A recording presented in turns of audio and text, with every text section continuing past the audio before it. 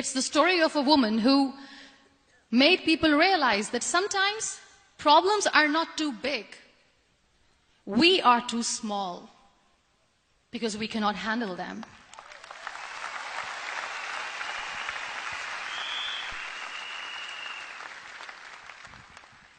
It is the story of a woman who with time realized the real happiness doesn't lie in success, money, fame. It lies within. Real happiness lies in gratitude. So I am here and I'm going to share the story of that woman. That is my story. The story of gratitude.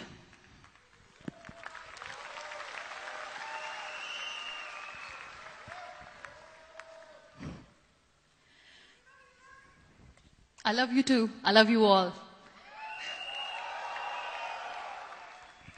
I believe in the power of words. Many people speak before they think. But I know the value of words. The words can make you, break you, they can heal your soul, they can damage you forever. So I always try to use the positive words in my life wherever I go. They call it adversity, I call it opportunity. They call it weakness, I call it strength. They call me disabled. I call myself differently abled. They see my disability.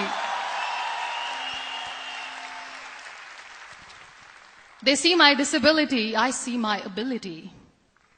There are some incidents that happen in your life. And those incidents are so strong that they change your DNA. Those incidents or accidents are so strong that they break you physically. They deform your body, but they transform your soul.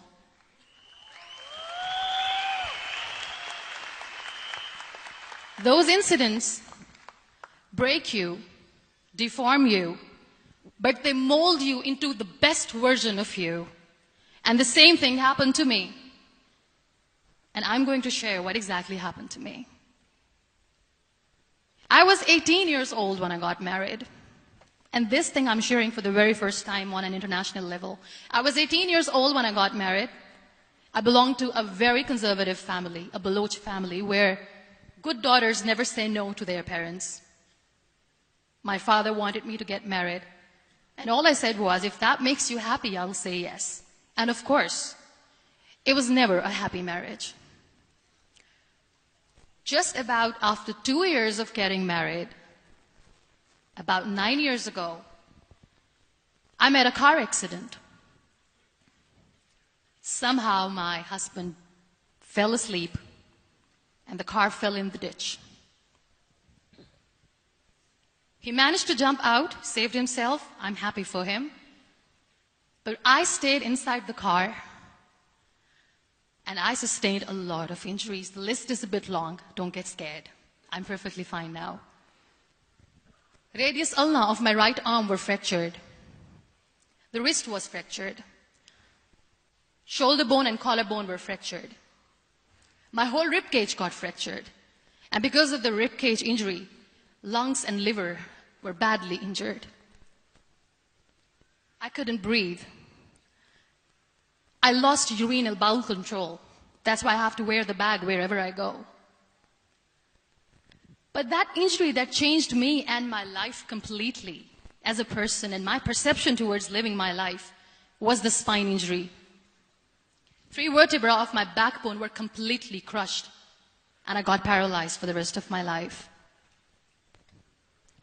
So this accident took place in a far-flung area in the outskirts of a very small province, Balochistan, where there was no first aid, no hospital, no ambulance. I was in the middle of nowhere in that toppled car. Many people came to rescue. They gave me CPR. They dragged me out of the car. And while they were dragging me out, I got the complete transection of my spinal cord. And now there was this debate going on. Should we keep it here? She's going to die. Where should we go? There is no ambulance. There was this 4-wheeler Jeep standing in the corner of the street. They said, put her in the back of the Jeep and take her to the hospital, which is 3 hours away from this place. And I still remember that bumpy ride. I was all broken. They threw me at the back of the jeep and they rushed me to the hospital. That is where I realized that my half body was fractured and half was paralyzed. I underwent multiple surgeries. Doctors have put a lot of titanium in my arm. There's a lot of titanium at my back to fix my back. That's why people in Pakistan call me the Iron Lady of Pakistan.